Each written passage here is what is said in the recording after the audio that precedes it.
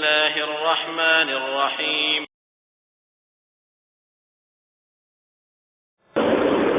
கண்ணியத்திற்குரிய கனவான்களே, பெரியோர்களே, அல்லாஹ்வின் நல்லடியார்களே, அல்லாஹ்வின் பேரருளால் புனித மிகுந்த ரமதான் மாதத்தை அடைகின்ற வாய்ப்பினை அல்லாஹு தஆலா நம்மவர்களுக்கு வழங்கியுள்ளான். அல்லாஹு தஆலா இது போன்ற பல ரமதான் மாதங்களை அடைகின்ற வாய்ப்பையும் முழுமையாக அமல் செய்யக்கூடிய தௌஃபீக்கையும் அல்லாஹு தஆலா நம் அனைவர்களுக்கும் வழங்குவானாக. கண்ணியத்திற்குரியவர்களே, நாம் ஆர்வத்தோடு ஆவலோடு எதிர்பார்த்த ரமதான் மாதம் நம்மை வந்தடைந்திருக்கின்றது. இந்த ரமதான் மாதத்தில் குர்ஆன் ஹதீஸினுடைய அடிப்படையில் நாம் பார்க்கும் பொழுது ஏறத்தாழ 15 அமல்களை நாம் செய்ய வேண்டும். அதில் முதலாவது கட்டாய கடமையாகிய நோன்பு, இரண்டாவது இரவு நேரங்களில் தராவீஹ் 20 ரக்காத்துகளை முழுமையாக தொழுவது. கண்ணியத்திற்குரியவர்களே, புகாரியில் 2013வது ஹதீஸாக பதிவு செய்யப்பட்டிருக்கிறது. அன்னை ஆயிஷா ரலியல்லாஹு அன்ஹா அவர்கள் அறிவிக்கக்கூடிய அந்த ரிவாயத்தில் நபி ஸல்லல்லாஹு அலைஹி வஸல்லம் அவர்கள் 8 ரக்காத்துகள் தொழுதார்கள் என்று வரக்கூடிய அந்த ரிவாயத்தில் நாம் கவனிக்க வேண்டிய மிக முக்கியமான செய்திகள் என்னவென்றால், அந்த 8 ரக்காத்துகள் என்பது நபி ஸல்லல்லாஹு அலைஹி வஸல்லம் அவர்கள் வீட்டிற்குள் தனியாக தொழுதார்கள். வீட்டிற்குள் தொழுதார்கள், பள்ளிவாசலில் அல்ல. இரண்டாவது தனியாக தொழுதார்கள், ஜமாத்தோடு யாரையும் சேர்த்து கொண்டல்ல. தன்னுடைய மனைவியை கூட சேர்த்து கொள்ளாமல் தனியாக தொழுத தொழுகை அது. மூன்றாவது கவனிக்க வேண்டிய செய்தி, அது 4 ரக்காத்துகளாக தொழுத தொழுகை, 2 அல்ல. நான்காவது கவனிக்க வேண்டிய மிக முக்கியமான செய்தி என்னவென்றால், கால் வீங்கும் அளவிற்கு நீண்ட ரக்காத்துகளாக தொழுத தொழுகை அது. ஐந்தாவது கவனிக்க வேண்டிய செய்தி, ரமதான் அல்லாத எல்லா காலத்திலும் 8 ரக்காத்துகள் தொழுதார்கள் என்று வருகிறது. எனவேதான் அதே ஹதீஸை தஹஜ்ஜுடைய பாடத்திலும் பதிவு செய்வார்கள் ஹதீஸுடைய முஹத்திஸீன்கள். காரணம், அது தராவீஹ் தொழுகையை ரமதானுடைய பிரத்யேகமான கூடுதலான அமல் அல்ல. அது எப்பொழுதும் ரமதான் அல்லாத எல்லா காலத்திலும் நபி ஸல்லல்லாஹு அலைஹி வஸல்லம் அவர்கள் வீட்டிற்குள் தனியாக 4 ரக்காத்துகளாக தொழுதார்கள் என்று வருகின்றதே தவிர, ஜமாத்தாக 8 ரக்காத்துகள் தொழுவதற்கு எந்த ஹதீஸிலும் ஆதாரம் இல்லை என்பதை புரிந்து கொண்டு பள்ளிவாசலுக்கு வந்து தொழக்கூடிய அன்பர்கள் முழுமையாக 20 ரக்காத்தில் கலந்து கொள்ள வேண்டும் என்று உங்களிடத்தில் அன்போடு நாங்கள் கேட்டுக்கொள்கின்றோம். மூன்றாவது நாம் செய்ய வேண்டிய மிக முக்கியமான அமல் குர்ஆன் ஓதுதல். கண்ணியத்திற்குரியவர்களே, இதை பல முறை நாம் வலியுறுத்திக் கொண்டே இருக்கின்றோம். குர்ஆன் இறக்கப்பட்ட மாதம் இந்த மாதம். பல்வேறு அமல்கள் இருந்தாலும் நாம் குர்ஆனுக்கு மிக முக்கியத்துவம் கொடுக்க வேண்டிய மாதம் இந்த மாதம்.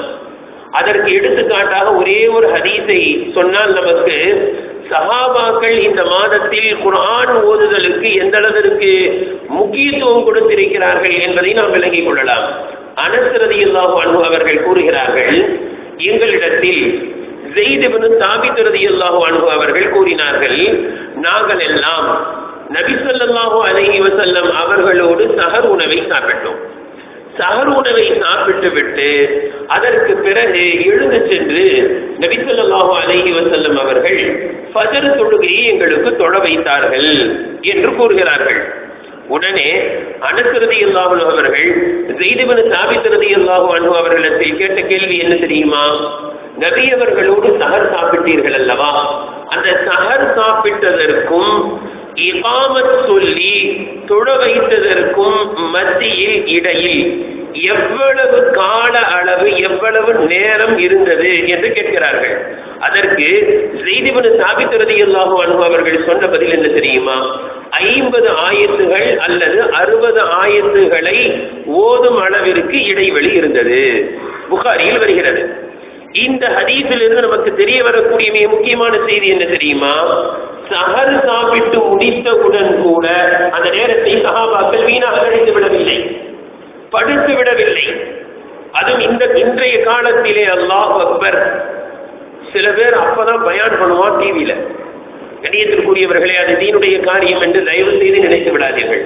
அந்த நேரம் டிவி பார்ப்பதற்கோ பயானை கேட்பதற்கோ உண்டான நேரம் அல்ல, குர்ஆன் ஓத வேண்டிய நேரம். குறைந்தபட்சம் இந்த ரமதானுடைய அமல்களில் 4வது அமலாக சஹருக்கு எழும்பும் பொழுது தஹஜ்ஜுத் தொழுகையை தொழ வேண்டும். சென்ற வாரம் கூட சொல்லியிருந்தோம், ரமதான் மாதத்தில் ஒருவர் தஹஜ்ஜுத் தொழவில்லை என்றால் அவர் மற்ற மாதத்தில் தஹஜ்ஜுத் தொழுவது மிக சந்தேகம். காரணம், ரமதான் மாதத்தில் தஹஜ்ஜுத் தொழ வேண்டும் என்ற நியத்தில் எழுகின்றோமோ இல்லையோ, உண்மையை சொல்வதாக இருந்தால் சஹர் சாப்பிட வேண்டும்.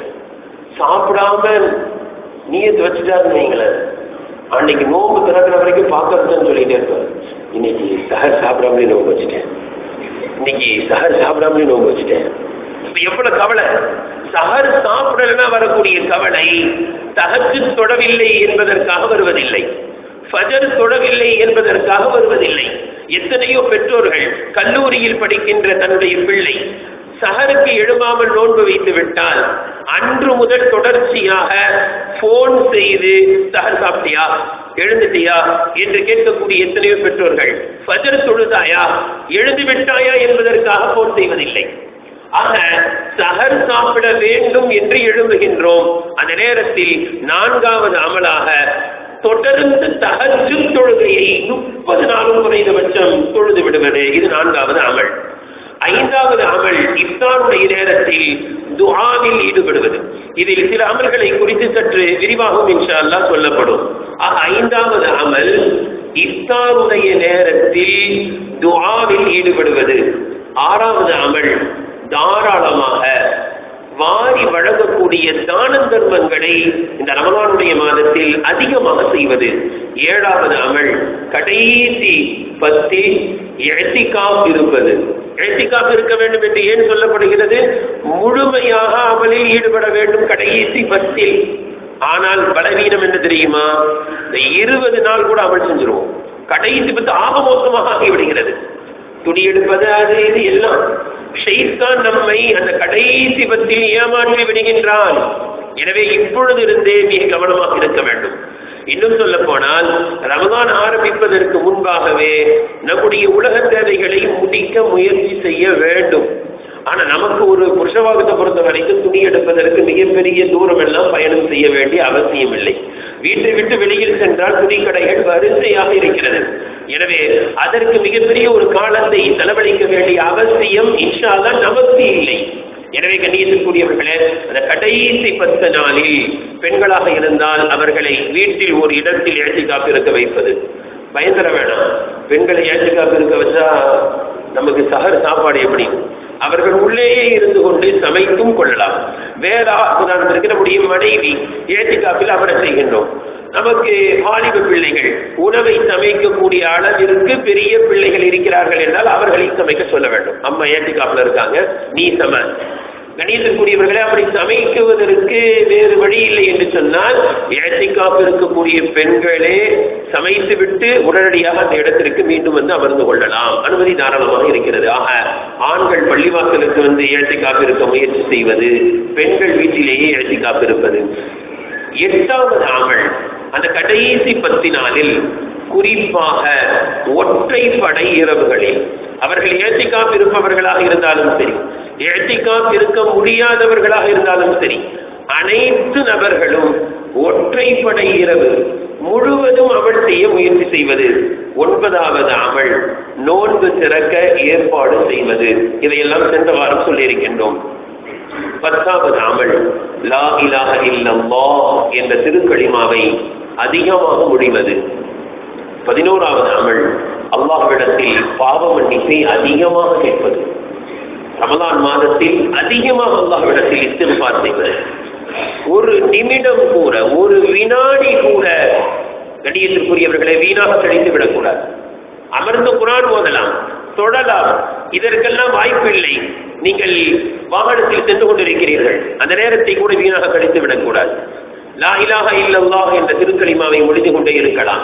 அல்லது இஸ்திக்ஃபார், அஸ்தக்ஃபிருல்லாஹ் அஸ்தக்ஃபிருல்லாஹ், ரப்பே நான் உன்னிடத்தில் பாவ மன்னிப்பு கேட்கின்றேன், என்னுடைய பாவத்தை மன்னித்து விடு என்ற சிந்தனையோடு இஸ்திக்ஃபாரை செய்து கொண்டே இருப்பது. 12வது அமல், அல்லாஹ்விடத்தில் துஆவை கேட்கும் பொழுது மறந்து விடாமல் சொர்க்கத்தை கேட்பது. 13வது அமல், நரகத்தை விட்டு அல்லாஹ்விடத்தில் பாதுகாப்பு தேடுவது. 14வது அமல், இதை பற்றி சென்ற வாரம் கூடுதல் விளக்கத்தோடு சொல்லியிருந்தோம். நம்மிடத்தில் வேலை செய்யக்கூடிய வேலை ஆட்களுடைய வலுவை சற்று குறைப்பது. குறைக்க முடியாவிட்டால் என்ன செய்ய வேண்டும் என்பதை எல்லாம் சென்ற வாரம் சொல்லியிருந்தோம். ஊதியத்தை சற்று கூடுதலாக கொடுத்தால் நிச்சயமாக அவர்களுக்கு வேலை வலு நிச்சயமாக குறையும். 15வது அமல், அனைவர்களிடத்திலும் பாசமாக அன்பாக எந்த விதத்திலும் யாரிடத்திலும் ரமலான் மாதத்தில் சண்டையிட்டு விடாமல், முன் பகை இருந்தால் கூட மன்னிப்பு கேட்டு பேசி அவர்களோடு இணைந்து விடுவது. மிகப்பெரிய சஹாபியான இப்னு மஸ்ஊத் ரலியல்லாஹு அன்ஹு இடத்தில் கேட்கப்பட்டது, ரமலான் மாதத்தை நீங்கள் எவ்வாறு அடைவீர்கள்? அப்பொழுது சொன்னார்கள், எங்களில் ஒருவருக்கு கூட யாரை பற்றி உண்டான குரோதமோ விரோதமோ இருக்கும் நிலையில் ரமலான் மாதத்தை சந்திக்கின்ற தைரியம் எங்களில் ஒருவருக்கும் இருக்காது என்று சொன்னார்கள் சஹாபாக்கள். அதற்கு முன்பாக நாங்கள் பேசிக் கொள்வோம், எங்களிடத்திலே பகைமை விரோதம் இருக்க ரமலான் மாதத்தை அடைகின்ற தைரியம் எங்கள் யாருக்கும் இல்லை என்று சொன்னார்கள். எனவே 15வது அமல், அனைவர்களோடும் பாசமாக ஒற்றுமையாக இருப்பது. கண்ணியத்திற்குரியவர்கள், இதில் மிக முக்கியமான அமல் நோன்பு. இது எந்த அளவிற்கு முக்கியத்துவம், கட்டாய கடமையாக அல்லாஹ் தஆலா இதை ஆக்கியிருக்கின்றான். ஆனால் இந்த சமுதாயத்தில் இதனுடைய முக்கியத்துவத்தை அறியாமல் நோன்பை விடக்கூடிய நபர்களும் இருக்கிறார்கள், அல்லது நோன்பை வைக்கக்கூடிய நபர்கள் கூட இதனுடைய முக்கியத்துவத்தை விளங்காமல் பேணிக்கை இல்லாமல் பேருக்கு நோன்பு வைக்கிறார்கள். காரணம் என்ன? சமுதாயம் என்ன சொல்லும், என்னடா இவ்வளவு பெருசா வளர்ந்து சின்ன சின்ன குழந்தைலாம் நோன்பு வைக்கிறாங்க, நீ இவ்வளவு பெருசா வளர்ந்து கூட நோன்பு வைக்க முடியலையா உன்னால அப்படின்னு 4 பேர் கேட்டுருவாங்க, அதனால நோன்பு வைப்பது. அல்லது கண்ணியத்திற்குரியவர்களே, மிக முக்கியமாக சொல்ல வேண்டிய செய்தி என்னவென்றால், இந்த போதை பழக்கத்திற்கு அடிமையானவர்கள் நோன்பு வைப்பதே இல்லை. பான் பராக் போடாம அவங்களால இருக்க முடியாது, சிகரெட் குடிக்காம இருக்க முடியாது. ஹஜ்ரத் உமர் ரலியல்லாஹு அன்ஹு காலத்தில் புகாரியில் வருகிறது, ஒருவனை பார்த்தார்கள் நோன்பு வைக்கவில்லை. அருகில் சென்று பார்த்தால் போதை பழக்கத்திற்கு அடிமையானவன். உமர் ரலியல்லாஹு என்ன செஞ்சிருப்பாங்க நினைக்கிறீங்க? கட்டி வச்சு சவுக்கால விழுத்தெடுத்தாங்க. சொன்னாங்க, வெட்கமா இல்லை உனக்கு? எங்களிடத்திலே உள்ள சிபியானுன், சிறு சிறு பிள்ளைகள் எல்லாம் நோன்பு வைத்திருக்கிறார்களே, பட்டினியாக கிடைக்கிறார்களே, வெட்கமாக இல்லையா உனக்கு என்று சவுக்கால் கட்டி வைத்து உதைத்தார்கள். இப்படி அடிக்கிறதுக்கு இன்னைக்கு ஆள் இல்லை. எத்தனை வாலிபர்கள் சிகரெட் பழக்கம் உள்ளவர்கள், பான் பராக் பழக்கம் உள்ளவர்கள் நோன்பை விடுகின்றார்கள். அல்லாஹ்விடத்தில் சென்று என்ன பதில் சொல்ல முடியும்? கண்ணியத்திற்குரியவர்களே, ஹதீஸில் வருகின்றது, நபி ஸல்லல்லாஹு அலைஹி வஸல்லம் அவர்கள் அறிவித்த இந்த ஹதீஸ் 4 ஹதீஸ் கிரந்தங்களிலே பதிவு செய்யப்பட்டிருக்கின்றது. நபி அவர்கள் சொன்னார்கள், ஒரு நாள் நான் உறங்கிக் கொண்டிருந்தேன். நபி அவர்களுடைய கனவும் வஹி என்பதை மறந்துவிடக்கூடாது. 2 மலக்குமார்கள் என்னை வந்து அழைத்து சென்றார்கள். ஒரு கரடுமுரடான ஒரு மலை பகுதி வந்தது. அதன் மீது என்னால் ஏற முடியவில்லை. கடுமையான பாறைகள், கரடுமுரடான பகுதி, செல்வதற்கு அச்சமாக இருந்தது. ஏறுங்கள் என்று மலக்குமார்கள் சொன்னார்கள். எப்படி ஏறுவது என்று நான் கேட்டேன். அப்பொழுது சொன்னார்கள், நாங்கள் உதவி செய்கின்றோம் என்று என்னுடைய 2 புஜத்தையும் 2 மலக்குமார்கள் பிடித்துக் கொண்டார்கள். அப்பொழுதுதான் என்னால் ஏற முடிந்தது. அந்த மலையினுடைய உச்சி பகுதியை அடைந்த பொழுது நாய்கள் ஊளையிடுவதை போன்று மிக பயங்கரமான சப்தத்தை, அழுகுரலை, சில மனிதர்களுடைய கூக்குரலை நான் கேட்டேன். அந்த 2 மாணவர்களிடத்திலே நான் கேட்டேன், இது என்ன அபய குரல், என்ன குரல் இது என்று கேட்டேன். அப்பொழுது அந்த மாணவர்கள் என்னிடத்தில் சொன்னார்கள், சில நபர்கள் நோன்பு வைத்தார்கள். நோன்பு திறக்கின்ற நேரம் வருவதற்கு முன்பாகவே நோன்பு திறந்து விட்டவர்கள். இவங்க சிந்திக்க வேண்டிய செய்தி என்ன தெரியுங்களா? நோன்பு வைக்காமல் இருந்தவர்கள் அல்ல. நபி அவர்கள் சொல்கிறார்கள், அவர்களை நான் பார்த்தேன். அவர்களுடைய நிலை எப்படி இருந்தது தெரியுமா? அதை நான் சுருக்கமாக அந்த ஹதீஸுடைய வாசகங்களை சொல்வதாக இருந்தால், ஆட்டு இறைச்சி கடையிலே ஆட்டுடைய தோலை எல்லாம் உரித்துவிட்டு அதனுடைய குதிங்கால் பகுதியில் உள்ள ஒரு நரம்பால் அதை மாட்டி தொங்க விடுவார்கள் அல்லவா, தலைகீழாக. அப்படி சில மனிதர்களை தலைகீழாக குதிங்காலுடைய நரம்பில் தொங்க வைக்கப்பட்டிருந்தது. அவர்களுடைய 2 வாய்ப்பகுதி அப்படியே தாடை வரை கிழிக்கப்பட்டிருந்தது. இந்த பல்லு, கடவாய் பல்லெல்லாம் தெரியுது. அப்படியே ரத்தம் வாயிலிருந்து தொட்டிக்கொண்டே இருக்கிறது, கத்திக் கொண்டிருக்கிறார்கள் நரகத்தில். இவர்கள் யார்? நோன்பு திறக்கின்ற நேரம் வருவதற்கு முன்பாக நோன்பு திறந்து விட்டவர்கள். இதற்கு 2 கருத்துக்களை சொல்கிறார்கள். நோன்பு திறக்கும் நேரம் வருவதற்கு முன்பாக நோன்பு திறந்தது என்றால் தினந்தோறும், அல்லது பெருநாள் வந்தாதானே நோன்பை விடணும், பெருநாள் வர்றதுக்கு முன்னாடி நோன்பு கொண்டாடுறவன் இவர்கள் என்ற கருத்தும் இருக்கிறது. நோன்பை விடுவதற்கு அனுமதி இல்லை, ஆனால் விட்டு பெருநாள் கொண்டாடி விட்டார்கள். இப்படிப்பட்டவர்கள் என்றும் கருத்து சொல்லப்படுகிறது.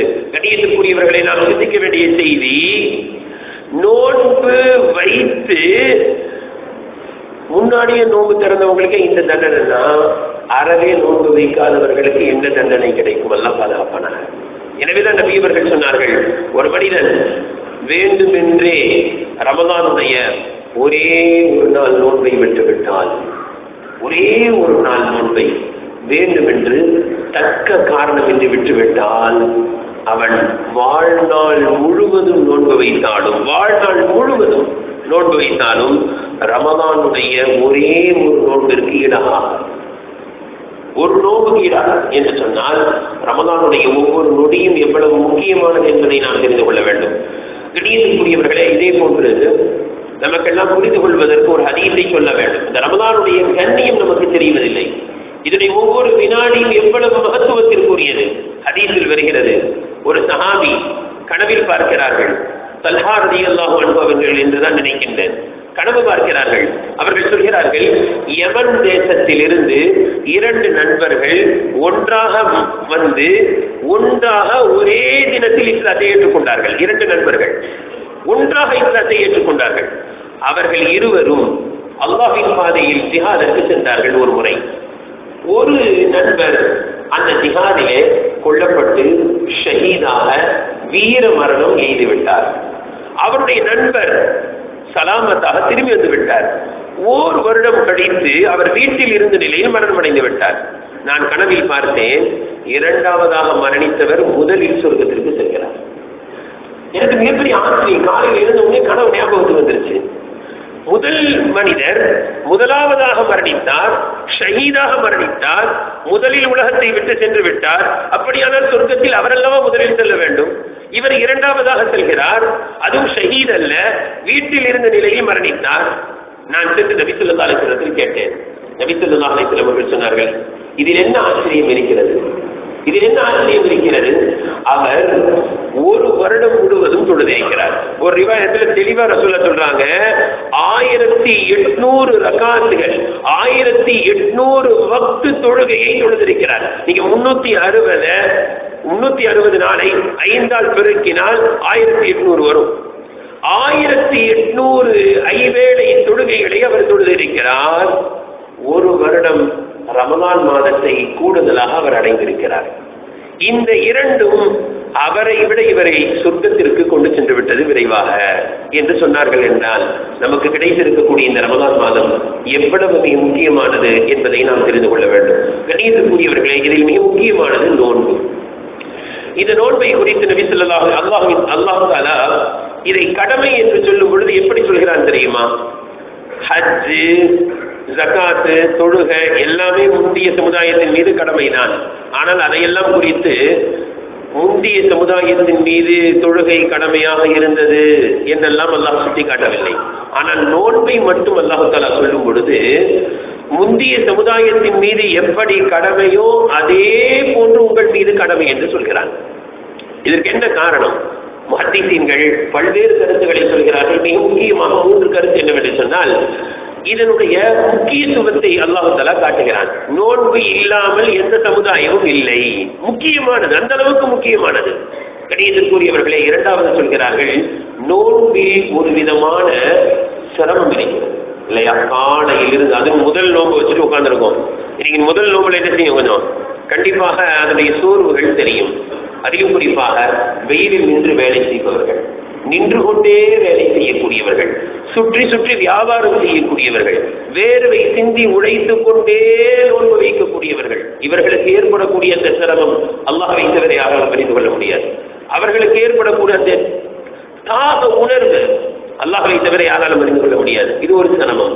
பொதுவாக மனிதனுக்கு சிரமம் என்று வரும் பொழுது அது தனி மனிதன் எனக்கு மட்டும்தான் அந்த சிரமம் என்று உணர்ந்தால் அது பெரிதாக தெரியும்.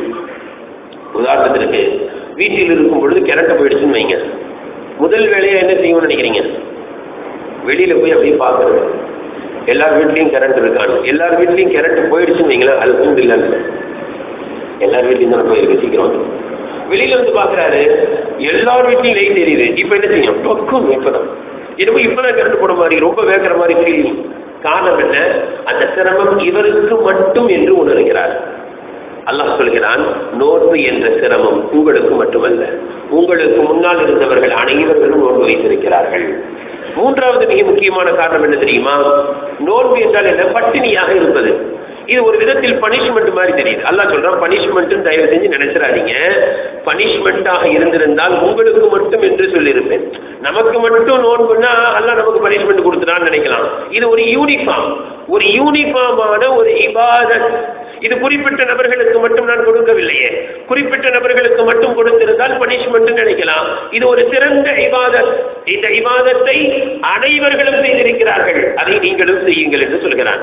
மிக முக்கியமாக அனைத்து விட முக்கியமான கருத்து நான்காவது கருத்து தான். அது என்ன தெரியுமா?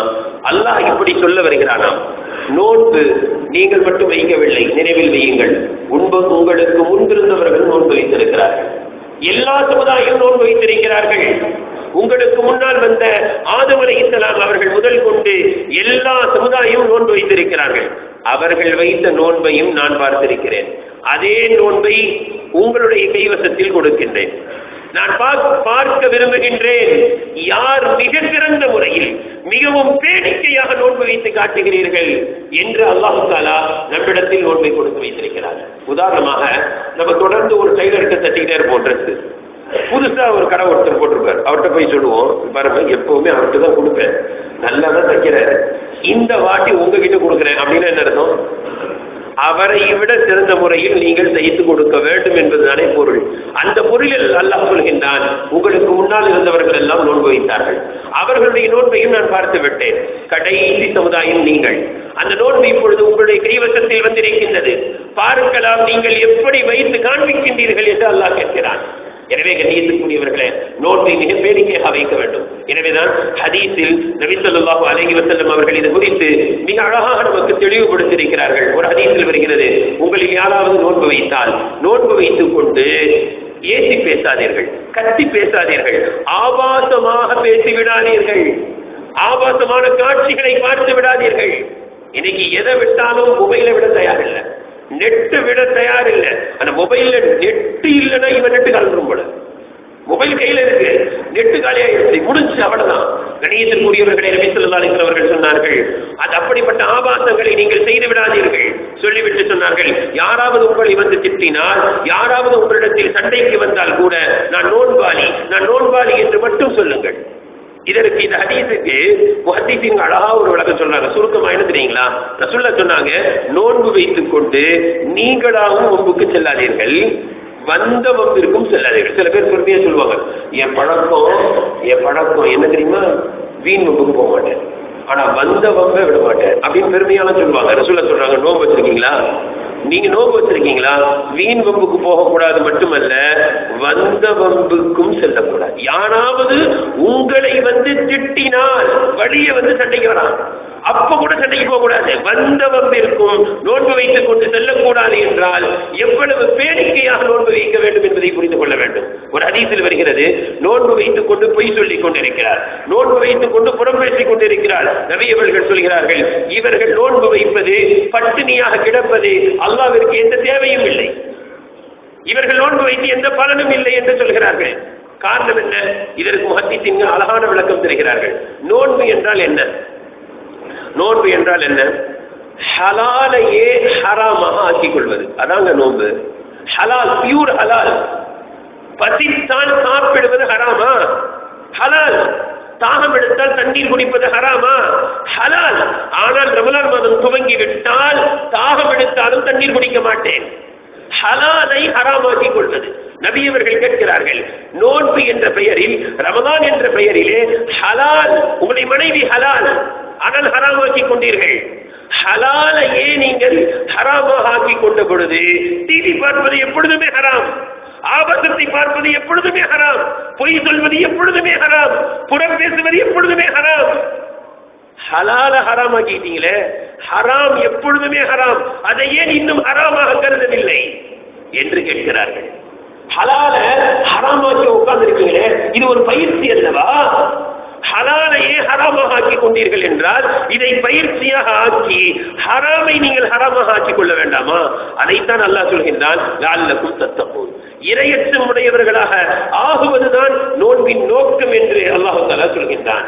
கணியத்திற்குரியவர்களே, இதை சுலபமாக இன்னொரு விதத்திலும் விளக்கலாம். அது எப்படி? கணியத்திற்குரியவர்களே, நம்முடைய செயல்பாடுகள் இரண்டு வகையாக இருக்கின்றன.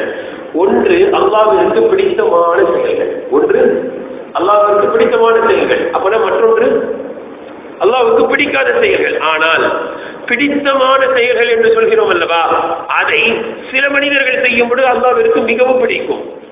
பிடிக்காத செயல்கள் என்று சொல்கிறோம் அல்லவா, அதை சில மனிதர்கள் செய்யும் பொழுது அல்லாஹ்வுக்கு மிகவும் பிடிக்காது. உதாரணமாக தான தர்மம் செய்வது அல்லாஹ்விற்கு பிடிக்கும். ஒரு ஏழை தான தர்மம் செய்தால் அல்லாஹ்வுக்கு மிகவும் பிடிக்கும். இதே போன்று பொய் சொல்வது அல்லாஹ்வுக்கு பிடிக்காது. ஒரு அரசன் பொய் சொன்னால் மிகவும் பிடிக்காது. விபச்சாரம் அல்லாஹ்விற்கு பிடிக்காது. 60 வயது ஜாஸ்தியாக போச்சு, கிழவன், ஒரு கிழவன் விபச்சாரம் செய்தால் அல்லாஹ்வுக்கு மிகவும் பிடிக்காது. இதே போன்று தான் கணியத்திற்குரியவர்களே, ஆபாசங்களை பார்ப்பது, அந்நிய பெண்களுடைய நடனங்களை பார்ப்பது, சினிமா பார்ப்பது, நாடகங்களை தொடர்ச்சியாக பார்ப்பது, இதெல்லாம் அல்லாஹ்விற்கு பிடிக்காது. நோன்பு வைத்துக் கொண்டு செய்தால் அல்லாஹ்வுக்கு மிகவும் பிடிக்காது. ரமலான் மாதத்தில் செய்தால் அல்லாஹ்வுக்கு மிகவும் பிடிக்காது. எனவே எப்படி விளையிடக்கூடாது? நோன்பு வச்சுக்கிட்டு போய் சொல்லக்கூடாது அப்படின்னு நினைக்கிறது. நோன்பு வச்சுக்கிட்டு டிவி பார்க்க நிறைய வீடுகள்ல டிவி போடாத, ஆஃப் பண்ணு, ரமலான் மாதம். அப்ப என்ன தெரியுமா அர்த்தம்? ரமலான் மாதம் முடியட்டும், மொத்தமா பார்த்துக்கலான்னு அர்த்தம். அப்படி அல்ல, அது எப்பொழுதும் ஹராம், அது எப்பொழுதும் ஹராம். அந்த ஹராமை இப்பொழுது செய்தால் அல்லாஹ்வுடைய கோபம் வந்துவிடும். எனவே நபி அவர்கள் தடுக்கிறார்கள். கணியத்திற்குரியவர்களை குறிப்பாக கடைசியாக உங்களுக்கு மிக முக்கியமாக சொல்ல வேண்டிய செய்தி, நோன்பு திறக்கும் பொழுது துஆவில் ஈடுபடுவது மிக முக்கியமானது. நிறைய பேர் அதை மிஸ் பண்றாங்க, குறிப்பாக பெண்கள்.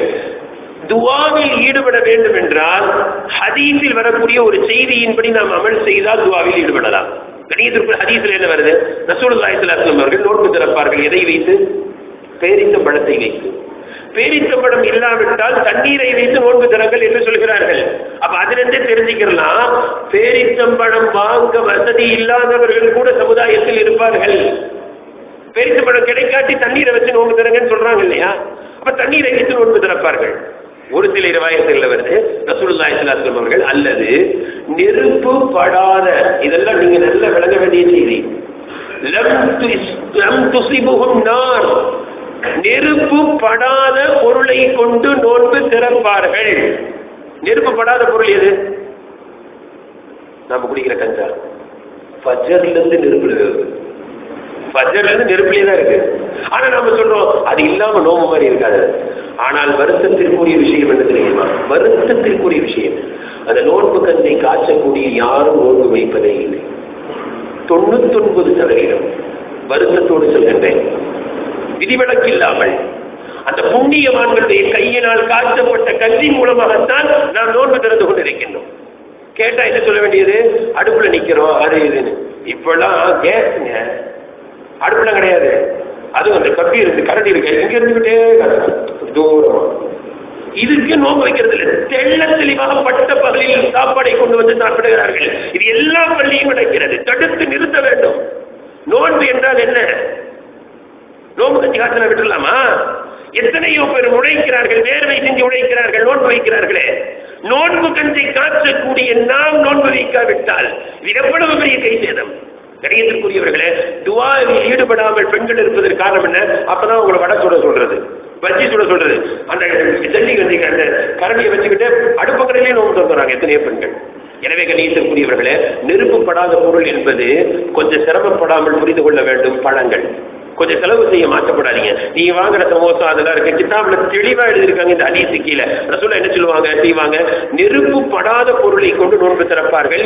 இதுதான் ஒரு நோன்பாளியினுடைய வயிறு காய்ந்து போய் காலை முதல் மாலை வரை பட்டினியாக கிடந்த அந்த வெறும் குடலில் எண்ணெய் பொருள், எண்ணெய் பலகாரங்கள் சென்று விழுந்தால் அது நோய்க்கு காரணமாகிவிடும். பழங்களை சாப்பிட்டு நோன்பை திறங்கள். இது என்ன பலன் தெரியுமா? நம்முடைய உடலுக்கும் நல்லது, ஆரோக்கியம். பெண்களுக்கும் சிரமம் இல்லாமல் அவர்கள் இலகுவாக நோன்பை திறப்பார்கள். குடும்பத்தோடு அமர்ந்து நாம் துவா செய்யக்கூடிய வாய்ப்பு, அல்லது நாம் பள்ளிக்கு வந்து விட்டால் அந்த பெண்கள் நிம்மதியாக நோன்பு திறந்து துவா செய்யக்கூடிய ஒரு வாய்ப்பை அல்லாஹ் தஆலா தருவான். இது போன்ற பல்வேறு அமல்களை நாம் இந்த ரமலானில் தவறவிடாமல் அமல் செய்யக்கூடிய தௌஃபீகை அல்லாஹ் தஆலா நம் அனைவர்களுக்கும் வழங்குவானாக. குறிப்பாக தஹஜ்ஜுத் தொழக்கூடிய வாய்ப்பு, குர்ஆன் ஓதக்கூடிய வாய்ப்பு, நோன்பு திறக்கும் பொழுது துவா செய்யக்கூடிய வாய்ப்பு, பேணிக்கையாக நோன்பு வைக்கக்கூடிய வாய்ப்பு, அனைத்தையும் அல்லாஹ் தஆலா நம் அனைவர்களுக்கும் வழங்குவானாக. வாஹிரு தஅவானா அனில் ஹம்துலில்லாஹி ரப்பில் ஆலமீன்.